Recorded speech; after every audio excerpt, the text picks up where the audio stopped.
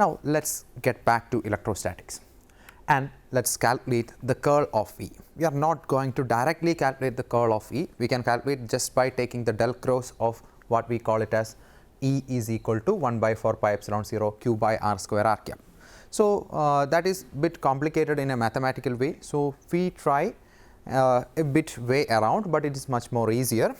So, we are trying to do it in a different way.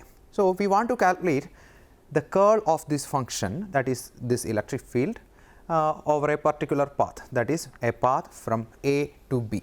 So, we have to evaluate through an arbitrary path, that is from A to B E dot dl.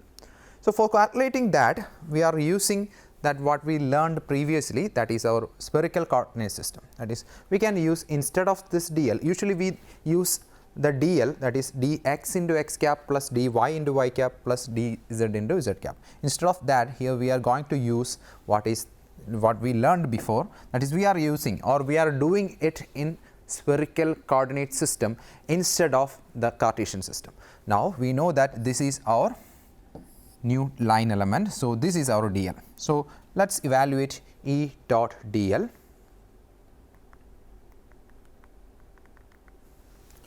So, let us evaluate E dot dl, that is integral A to B E dot dl. So, for calculating E dot dl, you have to take the dot product between these two. So, here you have that r cap. So, r cap dot r cap, this one will exist, but r cap dot theta cap. So, here I have to mention something, that is similarly what we learned about the dot products in our Cartesian system, that we know that x cap dot x cap is equal to 1, okay, when they are similar it is 1, and x cap dot y cap will be 0. Why is it so?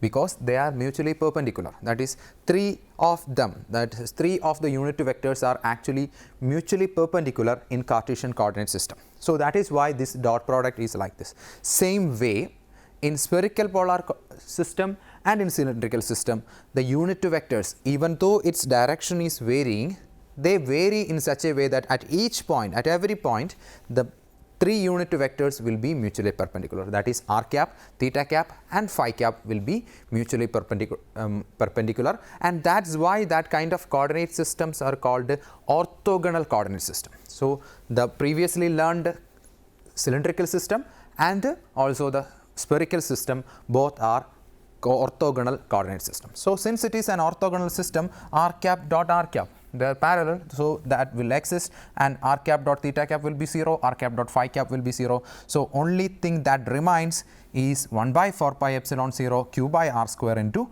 dr. So, just a moment, let us think this in the case of a Cartesian system, what would be the result of that? So, in Cartesian system we have to change this 1 by 4 pi epsilon 0 q by r square r cap into in terms of x, y, z. So, let me change that. I am not going to actually do that. I am going to explain why we are choosing the spherical coordinate system and how much simple it is to show that. So, that is 1 by 4 pi epsilon 0, 1 by 4 pi epsilon 0 q by. So, I can write it as r by r. So, we learned r by r cube, totally r by r cube. So, r cube is x square plus y square plus z square, the whole raised to 3 by 2 into x y x plus y plus z. So, we got it. So, this is actually the expression of electric field in the Cartesian system, exactly using x and y, x, y and z coordinates. Now, what is the line element in that? So, the line element dl in Cartesian system is dx into x cap plus dy into y cap plus dz into z cap. So, now when we take the dot product with it, x dot x cap, y dot y cap and z dot z cap, all of them exist. That means there will be 3 terms has to be evaluated, and it is not that simple, because in each term there is an x by root of x square plus y square plus z square, and in every term there is x y divided 1 by x square plus y square plus z square, the whole raised to 3 by 2 will be there in each of that integral. Instead of this single integral, there will be 3 integrals, and they are not that simple integral, but we can do that. Okay, but so that is a complication if we use an another coordinate system, or if we use the Cartesian. So if we choose a suitable one, here it is the spherical one. Now you can see that instead of that 3-term tedious integral, we get a simple integral. So integral a to b 1 by 4 pi epsilon 0 q by r square dr. So we got it as a very simple integral. So we can take q by 4 pi epsilon 0 here. So we integrate from Ra to Rb, that is 1 by r square dr. So 1 by r square dr is a very simple integral. So that is the advantage of changing into different coordinate systems. So anyway, let's calculate that. Okay. So when we calculate, we know that 1 by r square, this is r raised to minus 2 plus 1 divided by minus 1. So that is minus q by 4 pi epsilon 0 1 by r into 1 by r from Ra to Rb. So I can put it as, so the answer will be q by 4 pi epsilon 0 1 by Rb minus 1 by Ra into this minus sign. So when we consider this minus sign also, the answer will be q by 4 pi epsilon 0 1 by Ra minus Rb. So we found that one important thing, that is a to b e dot dl. So we calculated a to b e dot dl is equal to,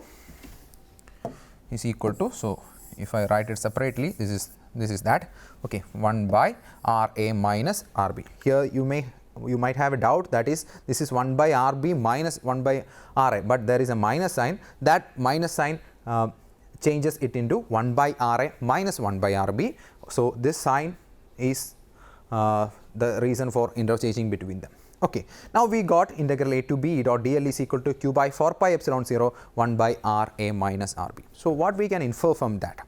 So here when we calculated a to b e dot dl, so we are calculating a line integral, and that depends only on the, in the answer you can see there is Ra and Rb, that is the distance, that is the magnitude Ra and Rb.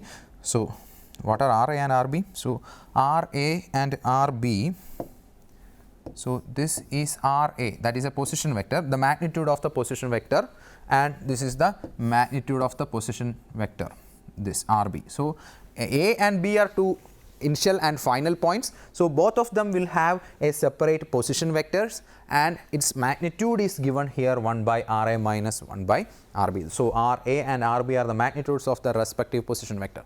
So that means in between it moved through different lines or different points, but it does not affect the integral. The integral depends only on the end point, that is, it is independent of the path, it depends only on the end points. So E, that is our electric field, is a special kind of vector, and if we calculate its E dot dl, and that E dot dl, that is, or else the line integral of electric field is depend only on the initial and final point and not on the path. So that kind of field is called the conservative field. So let's get back to that next. So what we got is something. So integral a to b dot dl is equal to q by 4 pi epsilon 0 1 by Ra minus 1 by Rb. Now let us calculate it in a different path. Now we have a to b. Now let us go something like this, that is, let us come back to a through another path. So our whole path becomes, now our whole path is a to b, then b to a. That means it is a closed path. Now we are going to integrate, or we are going to find this one, that is the integral E dot dl, that is integral E dot dl, not just E dot dl, that is the closed path. So we are going to evaluate in this closed path. So we can split it into two parts, that is, one path is a to b, so integral a to b plus b to a. So that is the second term, that is this, that is why it split into two, that is a to b plus b to a. Now by the properties of integral, I can interchange a and b by putting a minus sign, that is, b to a is equal to minus a to b. So this becomes a to b e dot dl minus a to b e dot dl. Now we know that a to b e dot dl and a to b e dot dl, whatever be the path. So here you note that again this a to b, let me give some number to this path. So let this be the first path and this be the second path. Actually these integrals are not the same, because one is evaluated in the first path and the second is evaluated in the second path, and when I interchange it also, this is along the first path and this is along the second path. So generally we cannot cancel them. We can cancel them, so they are not same, because one is evaluated along the first path and the other is evaluated along the second path. Here we cannot actually, if you see an integral like this in general, you cannot cancel it easily. But we know a particular property of electric field, that is its integral, line integral, depends only on the end points. So here you look at the first integral, that is the end points are A and B, and for this second integral it is also between A and B, but through a different path. But path doesn't affect our integral, or it is path independent. Therefore A to B and this is A to B, so they are the same when we calculate. So the final will be 0. So we got a result, that is integral, that is closed integral E dot dl is equal to 0. That is, if you take a circuit, that is a complete circuit around whatever be the path through an electric field, and if we calculate the path integral, that is the line integral E dot dl, a closed integral, then that will be 0. So yet we didn't calculate what is the curl of E, but we got a result, that is integral E dot dl, and the specialty is that integral E dot dl, okay, A to B integral E dot dl depends only on the end points, and you can see E is a vector quantity, dl is a vector quantity, so E dot dl will be a scalar quantity. So in electric fields, if we calculate this particular integral, that is A to B E dot dl, we get a scalar value, okay, that is important. Why it is scalar? Because we are taking the dot product. So we get a scalar value that depends only on the endpoints and not on the path. So we got a quantity. So that is the advantage of doing it in this way around path. So we got it, integral E dot dl is equal to 0. Now what we can do? Let's see. We know that integral E dot dl is equal to, closed integral E dot dl is 0 for electric fields. Now we learned the Stokes theorem before. That is what Stokes theorem says, that is integral del cross C dA is equal to closed integral E dot dl. That is, an area integral can be converted into, that is, instead of calculating the circulation of for each area, we can go around the boundary of that area. That is the concept of Stokes theorem. So here let's see. Now what we know, that the right side of this E dot dl, for electric field the right side becomes 0. So LHS should also be 0. That means this is equal to 0, integral del cross E dot dA is equal to 0, means that the del cross E is equal to 0. That is, finally we found the curl of electric field, that is del cross E is equal to 0, or we can say that electric field has no curl, okay, there is no curl for electric field, or it cancelled. So what is the purpose of calculating all this mathematical thing? Yes, we are coming into that because we already told we are going into something scalar. So using this concept and this concept, okay, obviously this is actually derived from this. So from this property of electric fields, we can define a new quantity, new scalar quantity. So what is the advantage of using a scalar quantity in electric field? We know that electric field force and everything are most of them are vector quantity. Then what is the advantage of getting into a scalar quantity? So that is because the addition become more easier. You know that when you add two vectors, you have to consider of its direction. You cannot add, maybe 3 plus 2 is equal to 5, but two vectors of sign 3 and 2, they do not add to get 5 because the direction is important. But if you have a scalar like this, it is very easy to calculate it. So that is the advantage, that is del cross E is equal to 0. And another importance is that if you are provided with an expression for an electric field, some E is equal to, let us imagine, you are provided with, or you have seen somewhere, or you got a result, that is when you calculated you got an E, that is that E is equal to some minus y x cap. So is it a proper electric field, or does this can express an electric field or represent an electric field, what you have to do? You just calculate the del cross E of that. When you calculate the del cross E, if you get 0, it may probably represent an electric field. But if you get del cross E not equal to 0, so if you calculate del cross E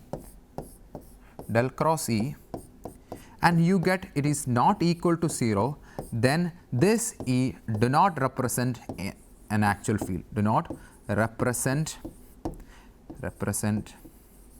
an actual field. So, actual electric field should have a property that is del cross E. So, this can be used to check whether a given function, given vector function represents an electric field or not. So, that is the advantage of this expression, and the main advantage is that we can go to a scalar function. So, let us define a scalar function that is called potential. Okay. Now, let us talk about potential. So, we already seen that our previous function, that is integral E dot dl, that is integral E dot dl within a particular limit a to b, okay, is depend only on the path, and it is a scalar quantity. So, let us take that particular function and let us call it as potential. Okay. Now, we call it as take it as potential, and when you come to the end, you will see that you can derive electric field actually from this V itself. So, we define a certain quantity, that is V of r, with a minus sign. The minus sign is because we want to get a positive potential, the value of the potential, to make the value of the potential for a positive charge a positive. That is, when you calculate the potential for a plus q charge, you have to get a potential positive. There is no such rule, but by convention we need that. So, that is why we put a minus sign, which is not here. So, we put a minus sign from some O, some script O, that is just a reference. It is nothing to do with that symbol. There is another symbol, that means it is the initial point or the reference point to r E dot dl. So, to calculate the potential at a particular point, what you have to do is that is, let us imagine this is a coordinate system and we have a point somewhere over here. So, here, so if I want to calculate the potential at this point, and this point has a coordinate r, so a vector r, okay, position vector r, then to find the potential at that point, we have to integrate E dot dl from where to where. So, up to this point, but from an arbitrary origin. So, this origin can be anything. So, there is a freedom of choosing that. You can choose any origin. So, we will discuss about that origin later. We will take some more convenient origin later. Okay. So, this is an arbitrary origin. So, V of r is equal to 0 or origin some reference point to r E dot dl. Now, let us calculate V b minus V a, that is V of b minus V of a, that is you have 2 points, that is one is a and one is b, and we can calculate the difference in potential between those 2 points, that is called simply the potential difference, that is called V b minus V a. And we know that what is V b? V b will be, so V b will be minus integral that common reference point to R b, okay, that will be that, then minus, so this minus is from here, minus that reference point to R a. So, this is what we are going to calculate. So, which I have written here. So, V b minus V a is equal to minus integral O to b E dot dl and O to a E dot dl. So, that is about the directions. Okay. Now, here it is, this is plus actually. Why it is plus? Let me see, because this already has a minus sign and here we have a minus sign. So, we are putting it together, you will get a plus E dot dl. So, finally, this is equal to minus a to b E dot dl. How it becomes minus a to b E dot dl? Let us see. Now, we know that this is O to b. Now, let me take a minus sign in common outside. So, then what we get is that, so this is equal to, take a minus sign in common. So, this is O to b plus, I am not writing the integrand, we need only the limits to know that. So, I am taking that from plus, I am taking a minus outside. So, this become minus out to A.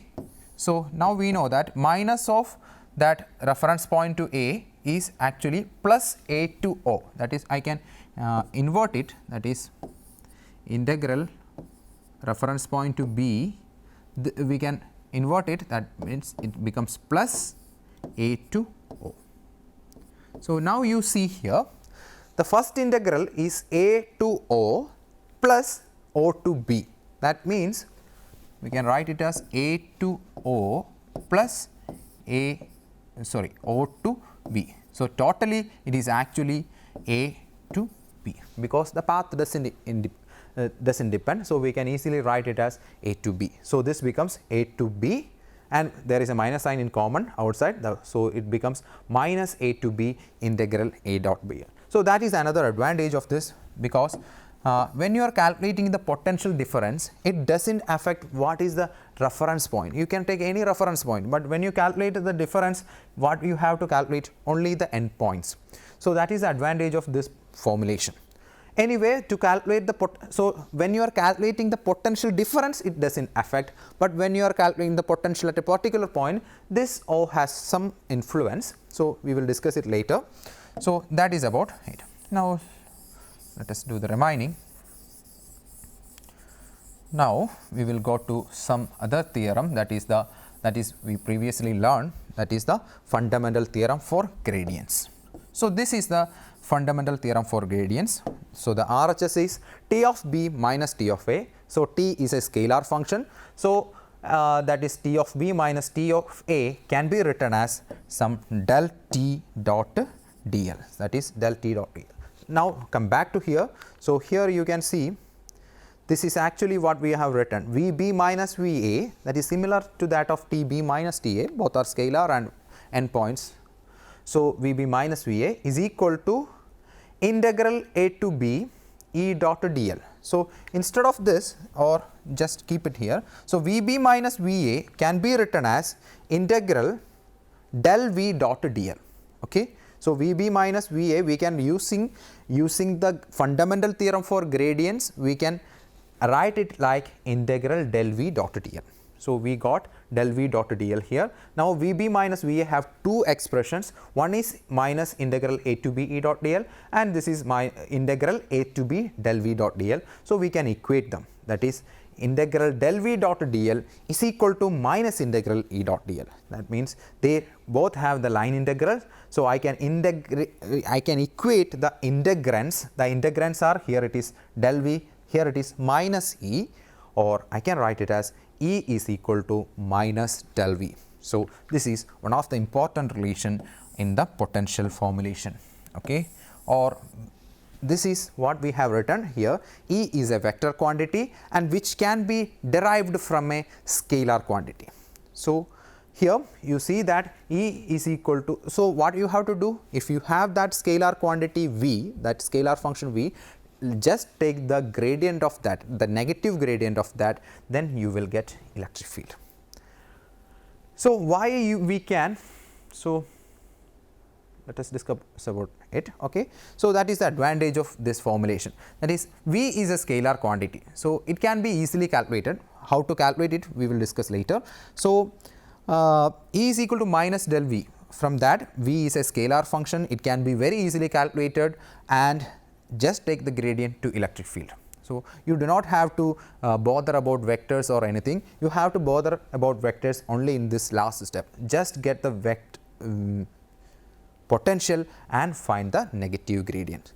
So, now let us talk about it a little more, that is E is equal to minus del V and V of R is defined as minus O to R E dot dl. Now, what are the advantages of it? So, it is a scalar, that is the main advantage of potential formulation.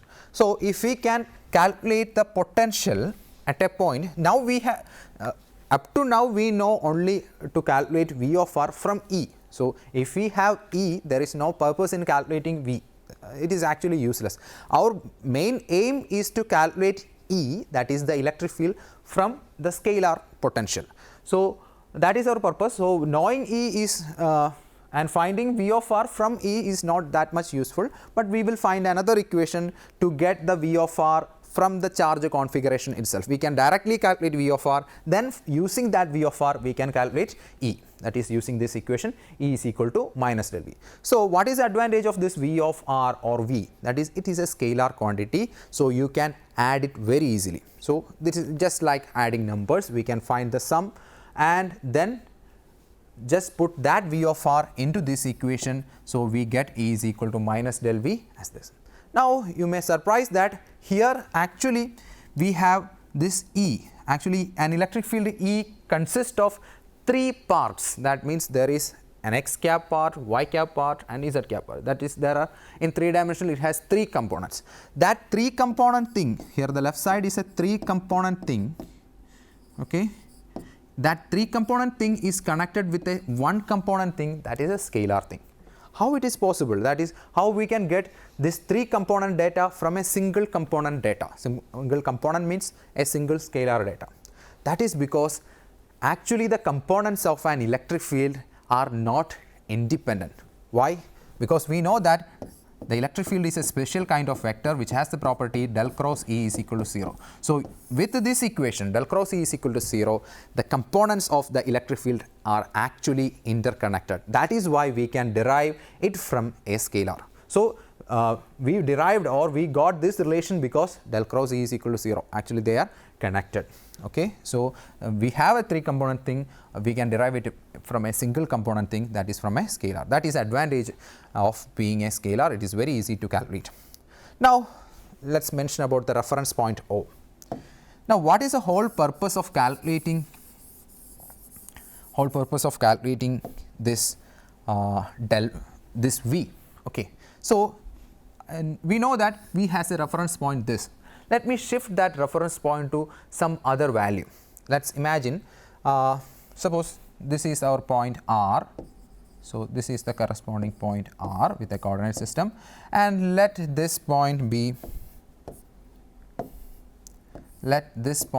our O, our current reference point, and I am making another point here. So let me choose this point O dash as the next reference point. Now for the time being I am using this as the reference point. Now to calculate the potential at this point I use O dash. So then we can I can calculate V dash. V dash is equal V dash of R. Why I use the dash? Because the reference is changed to O dash is equal to minus integral O dash to R E dot dl. So I am not writing E dot dl everywhere. So that is it, because the limits are here important. Now I can split it into 2. How? So this is equal to,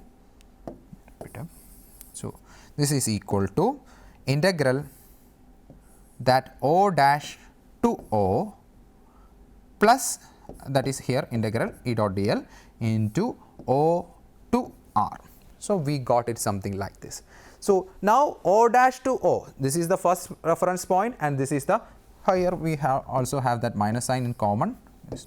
Okay. Anyway, O dash to O and O to OR. So O dash to O will give you a particular constant when you calculate. So when you are calculating this actual potential, this will give you a constant. So this integral will give you a constant value K plus the remaining O to R. So we got it as, so the actually what is the difference between this V dash of R and V of R is that is V dash of R will be some constant plus V of R. That is the difference. That is, when you are shifting the origin, the only change that happens in the expression of potential is there will be an addition or a subtraction of a constant. Okay, that is actually a change, but this is a constant, okay, not a variable. So that what is important of that, when you are taking the del V or the, so why we are calculating all this? Because to find the electric field easily using potential. So the next step, so you calculated V dash of R. What is the next step? We have to calculate the E. How? We have to take E, we have to take E is equal to minus del of V dash. So now we are taking the gradient of V dash. Now gradient means actually a derivative. Actually, they consist of partial derivatives. Now, the partial derivative of k will be 0 because k is a constant. So, finally, we get the same expression as that of del v. So, minus del v or minus del v dash, they are the same. So, it is independent of the reference point. But for finding an actual potential at a point, we choose this reference point to be infinity. So, we set this point at infinity. What is the advantage of that? At infinity, we know that the expression in the expression for E dot dl, that depends on 1 by R A minus 1 by R B form. Okay. So, they depend only on the endpoints, also it is some 1 by R form. So, at infinity the potential will be 0. We will see that later. That means for as a convention or we use to find an actual potential at a point, we need a 0 reference. It is something like we are choosing a mean sea level for stating altitude in earth, something like that. So, we define this as infinity as the reference point for calculating potentials. So, the last thing is that the potential obeys superposition principle. So, the reference point is actually not important. So, whatever be the reference point, we get the expression of v dash may vary or v may vary, but so the expression may vary, but what is the difference or what is the advantage? When you calculate the electric field from that, that constant will disappear. That is the advantage of this. So, you can pick out any reference point as O. Now, it obeys superposition principle. That means we know what is superposition principle. Suppose you have more than one electric field coming at a single point, that is some E1, E2, E3, etc. What you have to do? You have to find the total field. What you have to do? You have to add them, E1 plus E2. So, this is what we have done already. So, but in the case of potential, the potential also obey this superposition principle, that is individual electric fields adds up. Similarly, individual potential, that is suppose you have a charge here Q1 and here you have a charge Q2. Due to this, at this point P, you have two potential. So, let me add one more charge Q3. So, here we have a V1 due to Q1 and there is a V2 and there is a V3. So, there are scalar, that is why I am not drawing any directions. So, to find the total potential, we can use this equation V is equal to V1 plus V2 plus V3. Now, what is the advantage of this sum? This is just a simple sum, not a vector sum. So, that is the advantage, they obey superposition principle. So, using all these results and the advantages, we can use the potentials. So, we can calculate the potentials directly and we can use them to find the electric field. So, a scalar quantity, we define a scalar quantity to get electric field. So, dealing with scalar is very easy, that is why we are using this scalar potential. Okay. Now, we have a tool, we have tools to a tool, that is the potential, and using that we can find electric field. So, but not yet we reach it in its complete power, because we need to connect V of R or the potential with the charges. We have to connect it directly to charges. For that, there are some equations, that is called Laplace's equation and Poisson's equations are there, and we will in the next session we will see that how to find the potential from the charges itself. So, if we know that, so when we get that tool, we can calculate the potential directly, and from that you can calculate the electric field for any charge configuration, much simpler than what we have done previously using directly electric field or like vector sum or something. So, in the next session we will deal how to find the potential from charge distributions. So, we will see you in the next session.